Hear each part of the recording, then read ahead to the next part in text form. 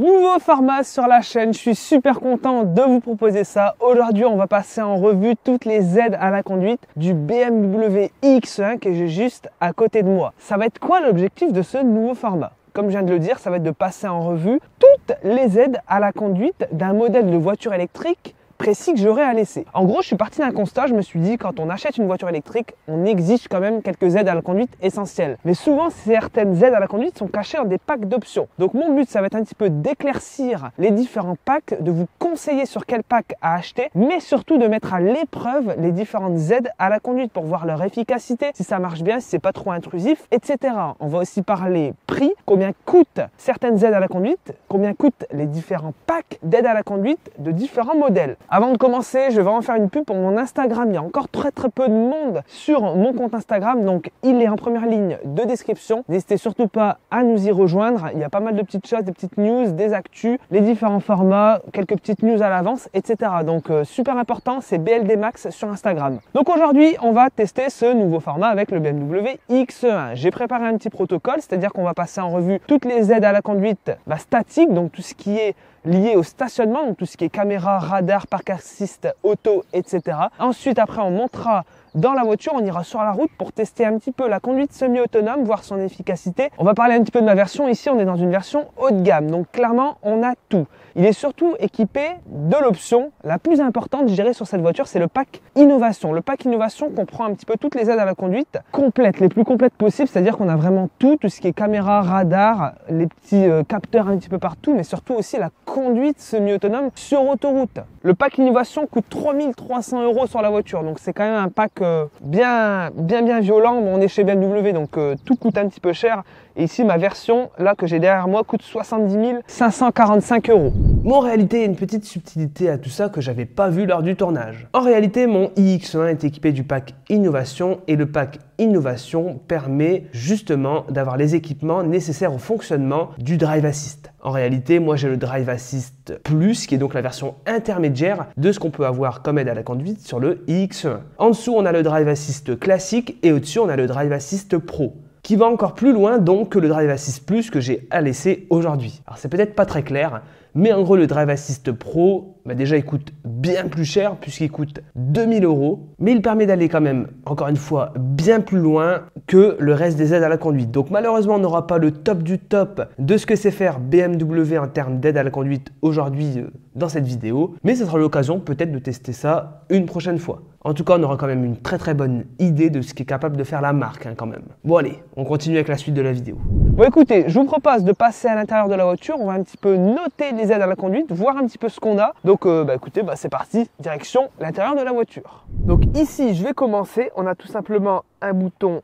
caméra qui nous permet de visualiser tout ça. Donc, alors c'est pas très clair par contre. Alors l'ergonomie dans les BMW, c'est pas super clair, mais peut-être qu'il faut que je... Voilà, on a donc caméra sur le côté, caméra ici. Alors c'est bizarre, quand on appuie là, c'est la caméra de derrière. C'est super bizarre. Ah oui, en fait, quand on tourne la caméra, enfin quand on tourne le volant, la caméra tourne en même temps. Ça c'est plutôt cool, c'est un petit peu ce qu'on voyait dans la nouvelle 308 de Peugeot, on a aussi ça. On a une vue d'assistance, donc avec tous les radars, donc ça c'est plutôt cool. Une vue panoramique et même une vue station de lavage. Donc ici, on a vraiment tout. Alors, est-ce qu'on a le parc assist automatique? En tout cas, je ne le vois pas tout de suite. On pourra tester après sur un parking pour voir si on l'a. Pour tester un petit peu les aides à la conduite à l'arrière de la voiture et de tester l'efficacité des radars, j'ai tout simplement mis un carton. Alors là, c'est juste un carton comme ça, c'est le premier épisode, mais on pourra améliorer un petit peu ça en le transformant par exemple en faux bloc de béton, en polystyrène, etc. Enfin bref, l'objectif ici est de mettre un obstacle pour voir si la voiture le détecte. En l'occurrence ici, c'est un carton, je vais reculer avec la voiture dessus comme si je voulais me stationner pour voir si elle freine d'elle-même. À savoir que certaines voitures freinent d'elles-mêmes. J'ai testé avec la Ioniq 6 à blanc, je ne l'ai pas filmé, mais la Ioniq 6 a bien freiné automatiquement quand elle a détecté le carton. Donc je vais tout simplement passer la marche arrière, donc c'est déjà fait. Donc on voit que toutes les aides s'activent. Donc là, je recule de manière voilà, tranquille, je roule assez doucement. On va donc voir si déjà elle détecte l'obstacle, donc comme si c'était un petit peu un bloc de béton. Donc là, on voit déjà qu'elle le détecte. Ça c'est cool. On entend aussi les radars. Donc je recule tout doucement. Ah, super intéressant. elle a freiné d'elle-même. C'est super cool, donc ça marche super bien. Les radars arrière fonctionnent. On va tester à l'avant de la voiture pour voir un petit peu donc, ce que ça donne. Donc ici, toujours à l'avant. Donc là, cette fois, on a une caméra à l'avant. Donc ça, c'est plutôt cool. On valide aussi. Là, elle a bien pris en compte le carton. Donc comme si c'était un petit peu un bloc de béton. Admettons que je ne l'aurais pas vu. Elle le détecte. Ah, et là, par contre, elle ne freine pas. Et ça, c'est un petit peu le constat que j'avais fait justement avec d'autres voitures, c'est que souvent à l'avant, les voitures ne freinent pas. Donc faites attention si vous vous stationnez avec une voiture avec un obstacle devant, la voiture ne freinera pas. Par contre, à l'arrière, elle freinera. Donc là, on a vu que les radars avant-arrière, ça fonctionne parfaitement. Maintenant, j'ai mis le carton sur le côté de la voiture, au niveau donc du bas de caisse à droite. Parce que, en fait, quand on manœuvre dans les parkings, etc., souvent il y a des petites bordures un petit peu mauvaises et on peut ne pas les voir. Par exemple, là dans le rétro, le carton, on le voit que je ne le vois pas du tout. Donc, je pourrais me faire avoir. Admettons, je recule en braquant les roues donc, de ce côté. Donc, normalement, je devrais me manger le carton. Est-ce qu'elle le détecte? Ça n'a pas l'air, elle n'a pas l'air de le détecter. Et pourtant, je peux vous assurer qu'il y a les radars sur le côté aussi. Donc, dans tous les cas, on lui mettra la note. Mais voilà, en l'occurrence, ici, elle ne l'a pas vu. Donc, peut-être que le carton est un peu trop léger. Mais voilà, ici, elle ne l'a pas vu. Donc, en l'occurrence, je me serais pris la petite bordure. Par contre, les bordures de parking, elle les voit bien. Donc, maintenant, on va passer à la notation pour voir un petit peu ce que ça donne. Le but étant de vous guider en vous donnant une idée de toutes les aides à la conduite que vous avez au stationnement. Pour ce qui est du radar avant-arrière, écoutez, moi, c'est bon, c'est validé. Radar 360, et ça, c'est plus un point bonus. Caméra de recul avant-arrière 2 sur 2, rien à dire. Caméra vue du dessus. Alors ici en l'occurrence, on a bien une vue du dessus et même une vue un petit peu 360. Donc moi, c'est un 2 sur 2 aussi. Caméra d'angle mort dans les rétroviseurs. Je vais passer ma main. Ouais, on a bien une caméra dans le rétro. Alors c'est validé. Parc assist auto. Écoutez, ça visiblement, je ne sais pas si on a un parc assist auto. Ça c'est une bonne question. On a bien l'air d'avoir un parc assist automatique parce qu'elle me met recherche. Donc je vais lui mettre la note. On va aller tester donc juste en partant. Mais pour moi, il y a bien un parc assist automatique. Donc pour moi, c'est un 2 sur 2. Donc globalement, la voiture rafle toutes les aides à la conduite. Donc ça, c'est cool. Ça fait donc un total de 11 sur 10. Et là, vous allez me dire, mais Max, 11 sur 10, c'est pas possible. Et si, parce qu'en fait, le radar 360, pour moi, ça compte comme un point bonus. Donc ici, on a vraiment toutes les aides. Donc c'est super validé. On teste maintenant le parc assist automatique. Et là, je suis vraiment bluffé. Vraiment, waouh. Donc là, vous voyez, je suis dans un endroit où il y a plusieurs places de parking. À savoir qu'il n'y a pas d'autres véhicules. Et vous allez voir que normalement, la voiture va se garer toute seule. Donc là, en fin de compte, elle indique recherche en cours. Donc là, il suffit d'avancer. Donc là, j'avance, voilà. Et vous allez voir, l'assistance de marche arrière, c'est vraiment pas mal aussi. Donc en gros, l'assistance de marche arrière, c'est quoi? Elle enregistre les dizaines de derniers mètres que vous venez de parcourir. Donc là, je gère juste l'accélérateur et le frein. Mais c'est elle qui suit exactement les derniers mètres que je viens de parcourir. Donc si vous habitez, par exemple, dans une maison avec une allée un petit peu difficile à manœuvrer, la voiture gère d'elle-même le volant et tout. Donc voilà, elle enregistre vraiment les derniers mètres que vous venez de parcourir. Mais ça, c'est connu, on l'avait déjà testé dans la i4. Ok, donc j'ai pilé comme ça, moi je le loupe pas. Donc là, on a démarrer stationnement en marche arrière, démarrer stationnement en marche avant. Donc moi, je vais faire marche arrière. Et donc là, elle m'a sélectionné une place. Donc là, en fin de compte, tenir compte de l'environnement et desserrer le frein. Donc là, je desserre le frein. Et là, elle gère tout d'elle-même. Et donc là, attention, parce qu'il y a une sorte de piqué. Et là, je ne sais pas si elle l'a vu, mais c'est un peu risqué. Est-ce que je lui fais confiance ou pas? Ouais, regardez, il y a une sorte de piqué là. Et ça, il a l'air assez mauvais. Vous voyez, elle l'a détecté. Et il y en a un deuxième là. Ah, ça passe, hein. C'est juste, mais ça passe. Et là, vous voyez, elle a vu la place de stationnement. Donc là, je gère le frein quand même. Donc là, ça y est, j'ai tout lâché. Donc là, elle gère tout d'elle-même. C'est quand même super bluffant parce qu'il n'y a aucune voiture à côté. Et souvent, les aides au stationnement de ce type fonctionnent quand il y a des voitures à côté. Simplement parce que la voiture se gare grâce aux voitures avec les repères, etc. Ici, il n'y a pas de voiture, donc elle gère uniquement avec les lignes et les radars. C'est vraiment super bluffant. Je vais retester en marche avant, parce que tout à l'heure, c'était quand même plus impressionnant. Donc là, je me mets en drive et pareil, on roule au pas, donc ça marche jusqu'à 35 km/h. Donc là, on voit que ça marche bien. Donc là, une place en avant. Donc là, je desserre juste le frein. Et donc là, vous voyez, incroyable. Elle Elle a détecté l'allée pour les piétons comme une place de parking. Donc là, honnêtement, pour vous dire, c'est pas du tout une place de parking. Hein. Donc non, on va éviter. Donc alors oui, là j'ai mis marche arrière, mais en fait je voulais faire marche avant, donc autant pour moi. Et là, du coup, elle détecte quelle place? Non, elle détecte aussi ce truc-là comme une place de parking. Ah voilà, donc là, en marche avant, et là elle détecte ça. Ok, bah moi ça me va. Écoutez, je desserre le frein, et là je la laisse faire. Donc là, elle va vraiment manœuvrer pour se mettre en marche avant, du coup, sur la place qui est ici. Attention, l'arbre. Elle passe quand même super proche de l'arbre. Hein. Waouh.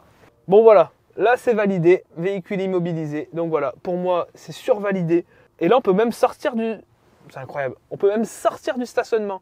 Donc clairement, si vous voulez une voiture avec le maximum d'aide à la conduite pour vous garer, etc., bah, c'est chez BMW. Bon les amis, c'est parti. Du coup, on va maintenant sur la route tester les aides à la conduite. Alors souvent, on oublie l'ergonomie, mais moi, j'y porte vraiment une grande attention. Est-ce que c'est simple d'activer les aides à la conduite ou non? Alors là, j'en profite d'être sur une route dégagée.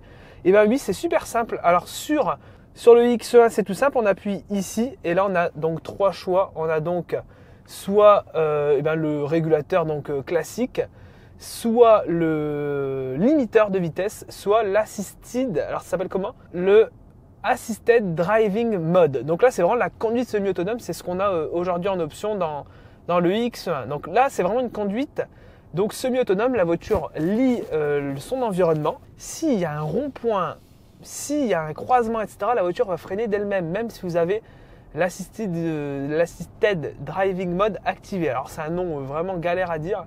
On va tester ça, c'est vraiment super bluffant pour le coup. Donc là, vous voyez, j'entre sur une voie donc à 70-80. Donc là, j'appuie tout simplement ici. Donc là, pour moi, déjà, c'est validé concernant l'activation des aides. C'est super simple.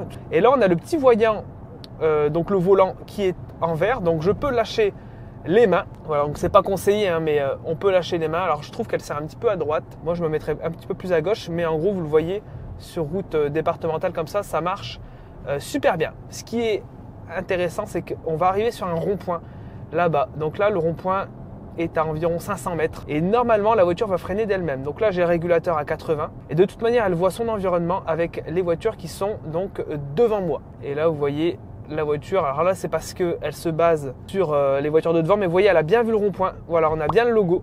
Elle indique qu'elle a bien vu le rond-point et qu'elle freine donc d'elle-même. Donc au-delà de se baser sur les voitures de devant, même s'il n'y avait pas de voiture de devant, elle aurait quand même freiné. J'ai toujours pas les pieds sur les pédales, donc moi je vais aller ici. Et là vous voyez, elle réaccélère vraiment toute seule une fois que je suis sorti du rond-point. Donc c'est quand même bluffant. Bon du coup, là le volant n'est pas encore en vert, le volant est en gris, donc ça veut dire qu'elle n'a pas vu les lignes.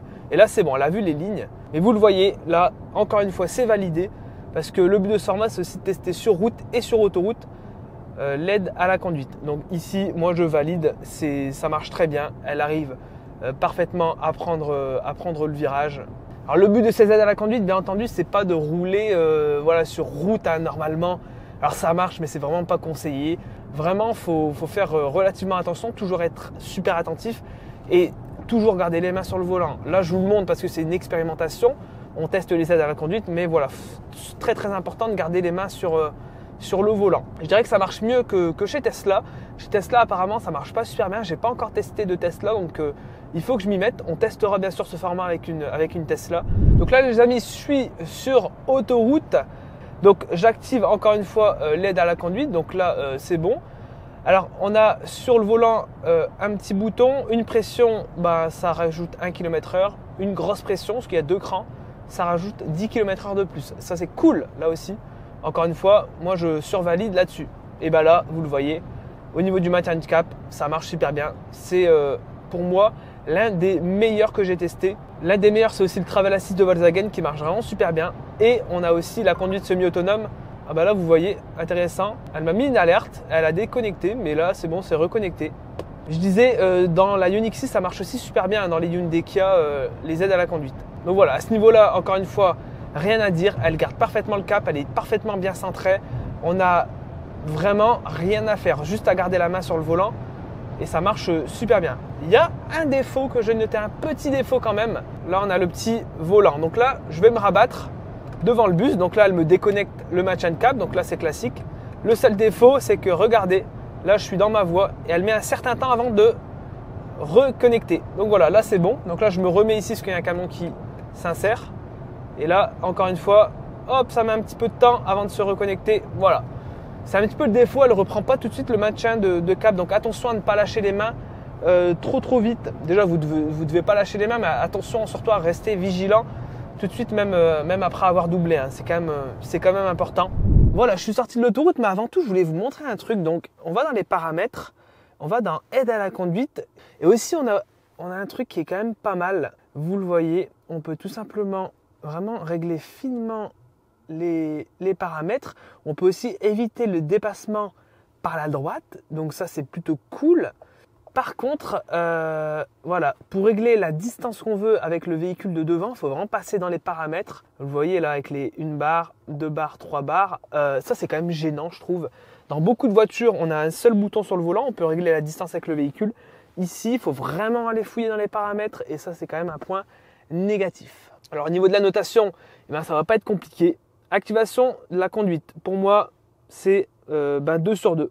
Pour ce qui est de l'indication de la présence, alors c'est quoi? C'est pour indiquer à la voiture qu'on est bien présent à bord de la voiture. Je vais mettre 1,5 sur 2 parce que c'est pas encore super parfait, mais on s'en rapproche quand même pas mal. La réactivité de l'alerte de sortie de voie, alors ça, je ne l'ai pas testé, mais en gros, c'est validé aussi. Pour moi, ça réagit très très bien. Je l'ai testé en off sur le trajet, mais comme j'ai roulé uniquement en conduite semi-autonome, je n'ai pas eu trop besoin de la réactivité de l'alerte de sortie de voie. Efficacité du maintien de voie sur autoroute, c'est 2 sur 2. Efficacité du maintien de voie sur route, c'est 2 sur 2. Donc pour faire un petit récap, concernant les aides à la conduite, stationnement, la voiture a 11 sur 10. Concernant les aides à la conduite sur route, la voiture a 9,5 sur 10. Donc c'est clairement archi validé, je valide cette voiture. On aimerait juste une ergonomie un tout petit peu plus simple et ne pas avoir à aller dans les réglages hyper profonds de la voiture. J'espère que ce nouveau format vous plaît. En tout cas, moi, je prends un plaisir de fou à le faire parce que c'est vachement intéressant. Ça va être aussi vachement intéressant de comparer les différents modèles entre eux en fonction aussi des gammes, des prix, etc. Donc, en tout cas, sur ce BMW iX1, c'est survalidé. Moi, je vous dis à la prochaine dans une prochaine vidéo. C'était Max BLD. Ciao!